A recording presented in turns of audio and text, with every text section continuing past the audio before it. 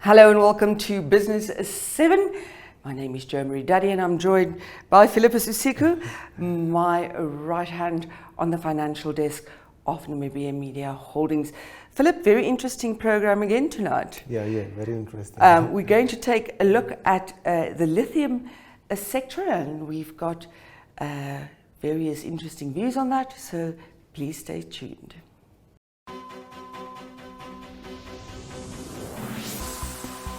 The Agenda is a weekly national affairs interview program hosted every Sunday by Namibian Sun editor Toivon Jabela, featuring a panel of high-profile newsmakers, analysts and experts. The Agenda aims to reach high-end news consumers seeking informed understanding of national issues. This show is broadcasted on NTV, 1up2.com and the Namibia Media Holdings Facebook platform. The Agenda focuses on interviews where we put the nation in the hot seat. Contact Agenda at synergy.com.na to get your product and service in the hot seat. The Agenda, focused on today's conversation.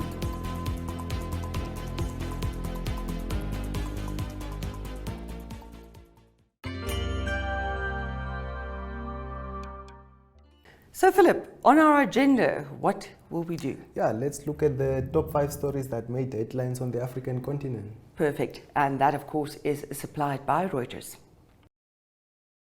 Here are 5 business stories making headlines in sub-Saharan Africa this week. The World Health Organization officially launched its mRNA vaccine technology hub in Cape Town on Thursday. The facility was established during the COVID-19 pandemic.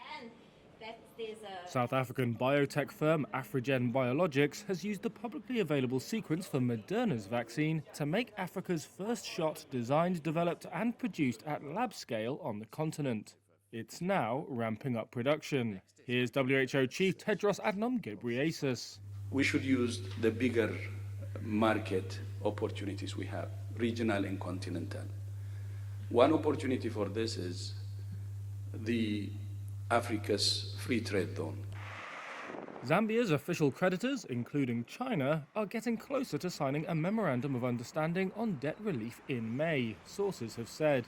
That would be a key step for the country, which has been in default since 2020 and had external debt of $18.6 billion at the end of 2022. A Kenyan judge ruled on Thursday that Meta could be sued in the country after 43 moderators at its Nairobi hub last month filed a lawsuit against Facebook's parent company and its local partner Sama for unfair termination.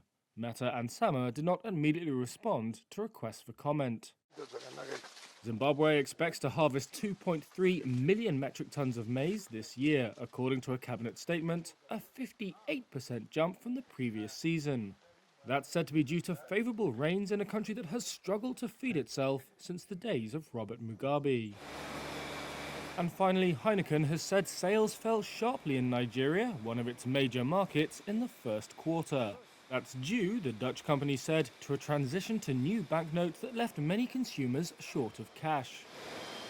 The world's second biggest brewer added that it expects the situation to improve now that the validity of old notes has been extended. Connection.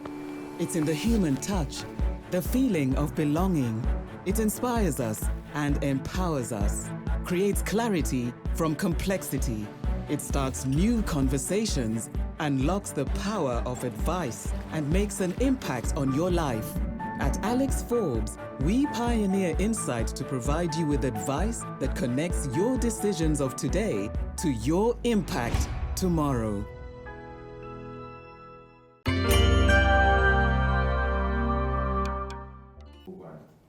Philip, if all our plans and resources really realize, then Namibia's mining sector is in for a tremendous boom.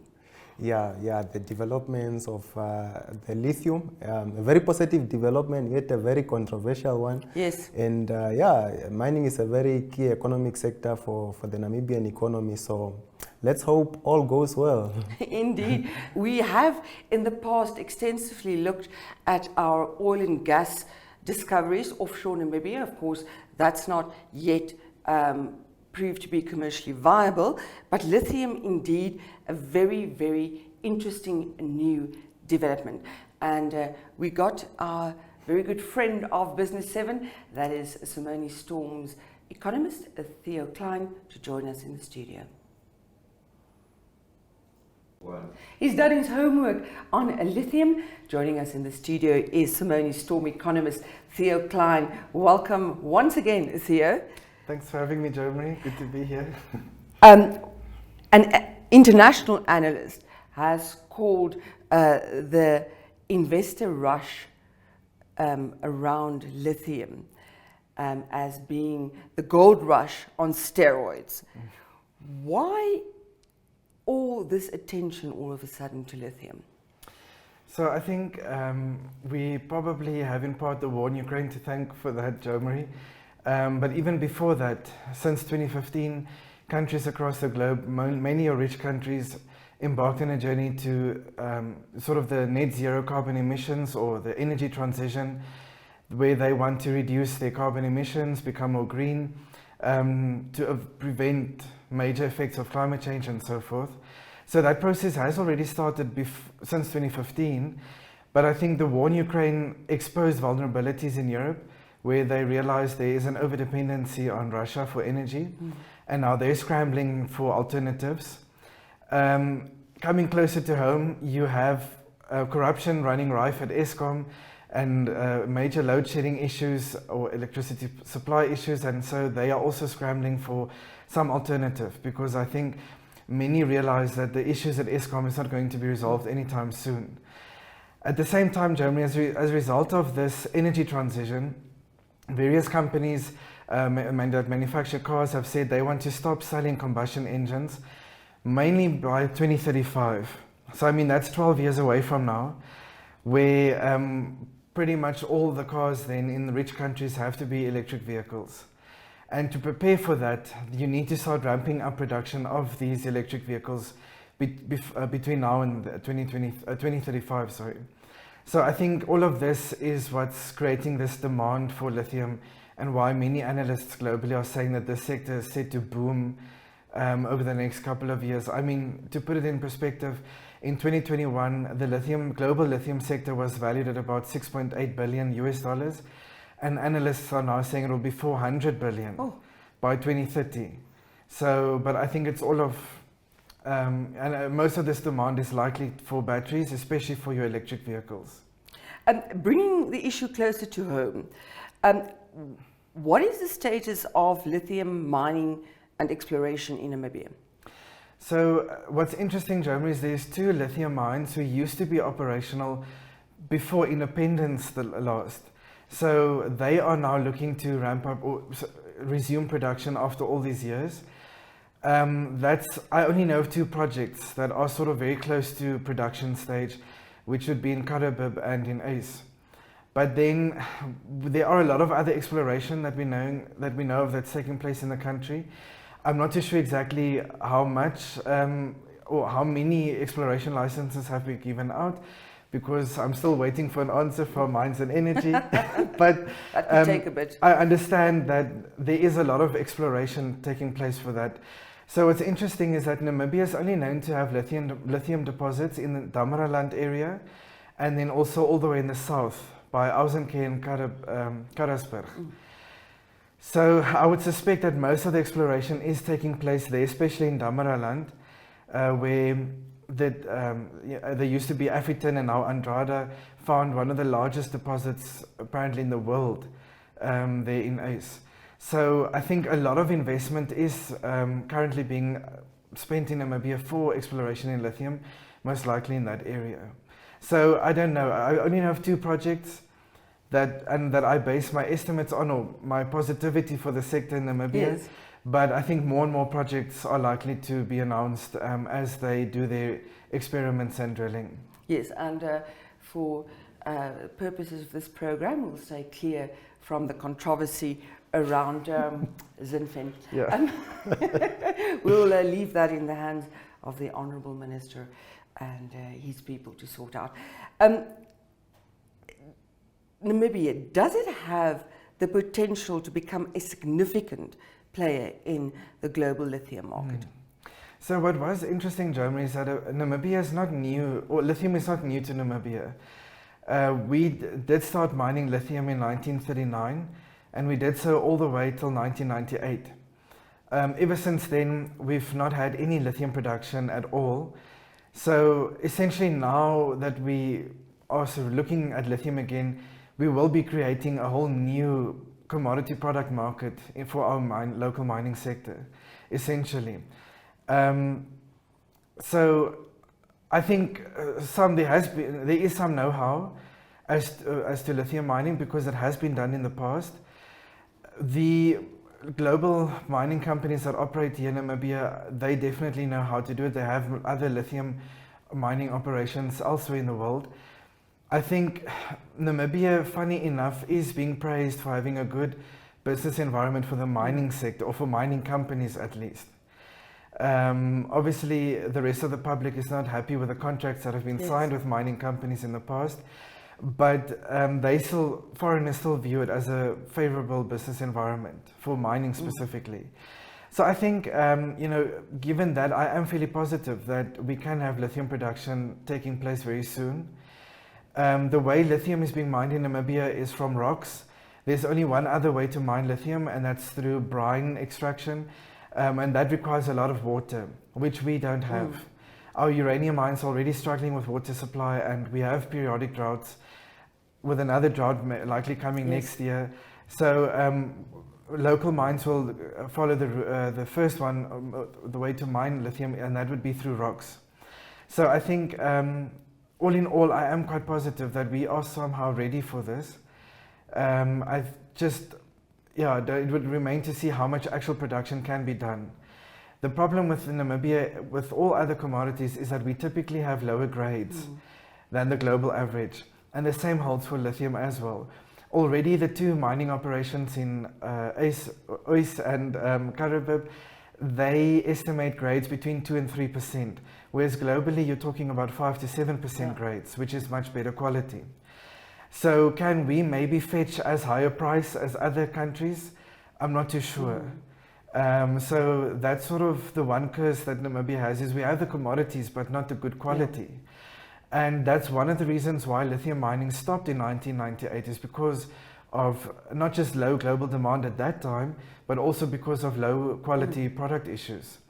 So that still, I think, is an issue that I'm not too sure how they will address, but I definitely see that as a risk to local production.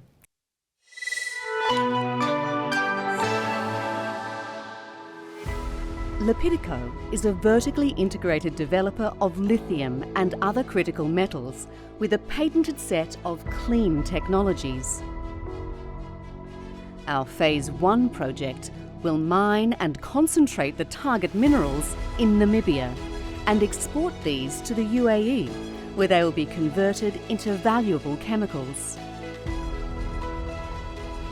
Given lithium's structural supply deficit, our aim is to help fuel sustainable growth in lithium chemical supply to support the world's energy transition and deliver other strategically important critical minerals.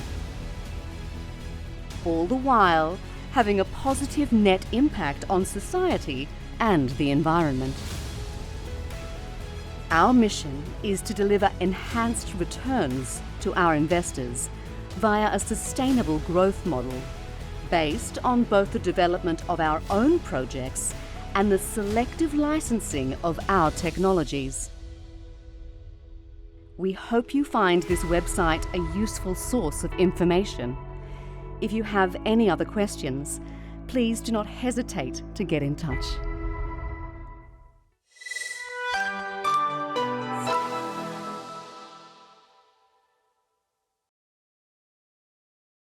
And Theo, you've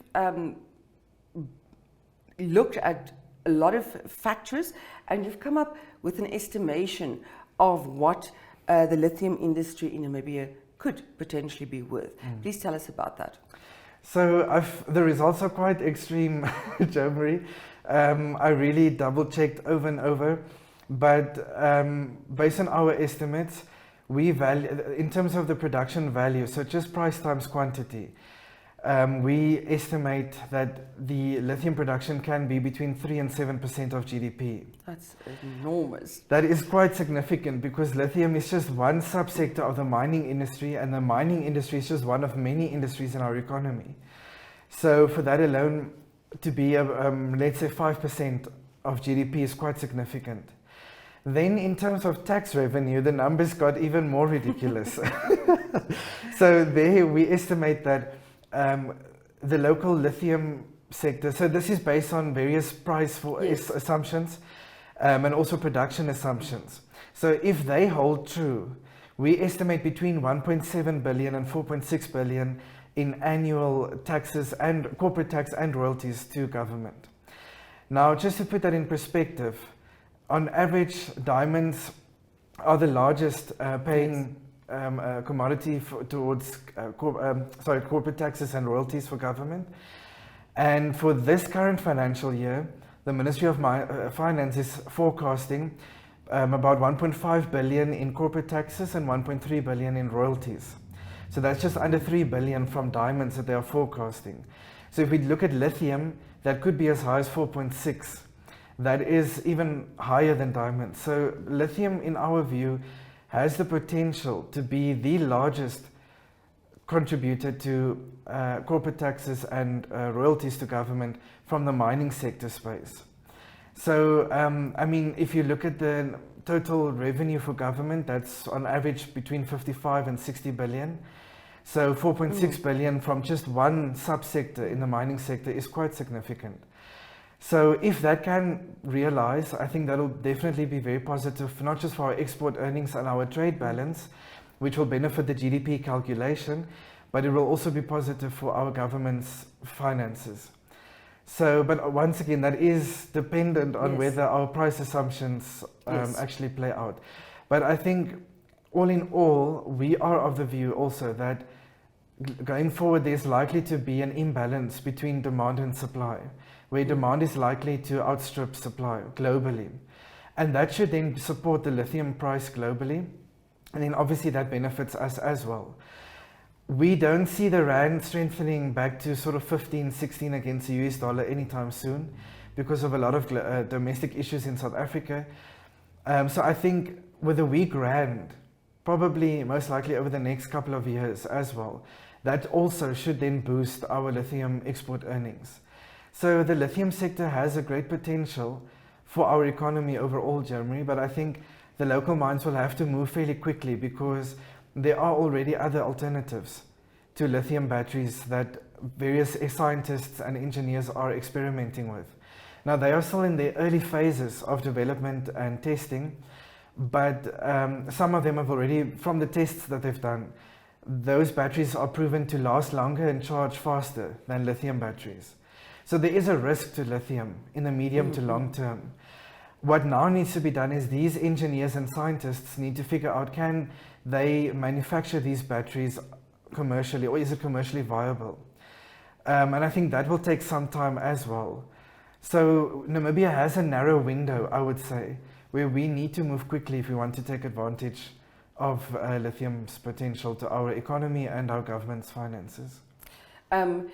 Yes, indeed. And that is, unfortunately, traditionally, that's where Namibia sort of, you know, stumbles. We're not fast enough. So let's hope, in this case, we do grab that very narrow window of opportunity. And I'm sure Finance Minister Ipumbu Shimi will be smiling. Theo, thank you very, very much for your insight. If you'd like to know more about the story, please read it today in the printed edition of Business 7. It is in Republikein, Algemene Zeitung and the Namibian Sun, or you can read it online on the websites, Facebook or LinkedIn. Thank you, Theo. Thanks for having me, Jeremy.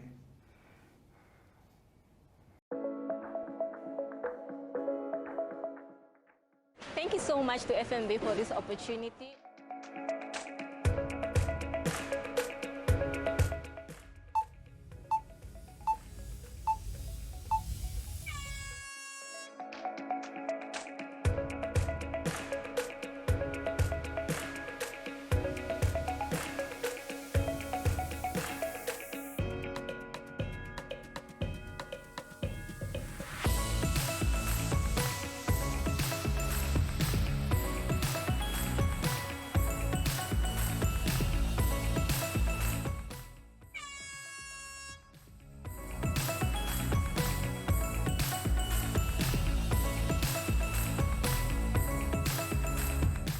Thank you so much to FNB. What an experience. I never got to do shopping in 5 minutes, but look at all this.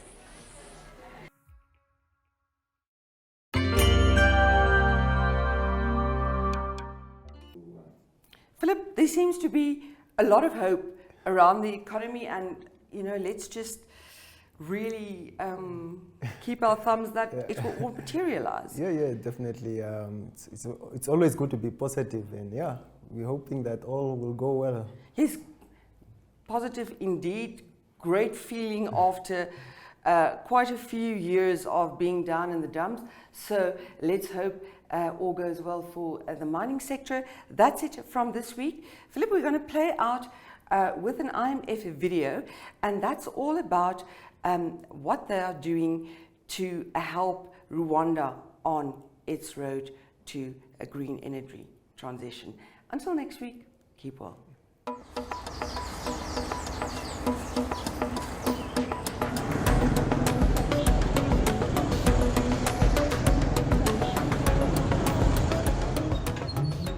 The transport sector here in Rwanda contributes 60% in terms of the general emissions in the country. We think we can help the country move from fossil fuel-based mobility to green mobility. Jerry Ndaishiyimye is part of a new generation, transitioning Rwanda's economy to a more sustainable electric future. We offer the electric vehicles themselves, we offer green mobility solutions for goods and people, and we offer charging infrastructure. It's a big challenge, and he's not doing it alone. We have tax incentives, duty-free, excess duty-free, no VAT, and all this is helping us in terms of reducing the end consumer price. This is a charging infrastructure. You plug it there and then it charges them. Jerry's startup is growing, thanks to help from the Rwandan government. You can't talk about economy without taking care of environment. Rwanda has chosen to put environment at the heart of everything we do. We have set a target to reduce by 38% our greenhouse gas emission by 2030. Rwanda's climate goals are being supported by a new IMF initiative. The Resilience and Sustainability Trust offers long-term affordable financing, helping low-income and vulnerable middle-income countries. Rwanda is the first African country to benefit from the new Resilience and Sustainability Trust, and it has decided to invite neighbors and put in front of them their own experience as an example for them to follow. Good morning, ladies and gentlemen. Welcome to this morning's roundtable discussions. Some people may not understand it. Why is IMF involved in the climate change and the climate financing? It is because the impact on our economies is huge. For the last 4 years, we have been hit by flood. Drought and flooding are very disastrous, and they affect the economies negatively. And from my own country, Kenya, we are actually going through the worst drought in the last 40 years. There is a challenge, given that most countries are struggling, given the debt levels they have, so there is no fiscal space. Africa has contributed very little to the problem, but Africa is already suffering the consequences of climate change in a very dramatic way. Good afternoon. Welcome to our very youthful corner with the good air.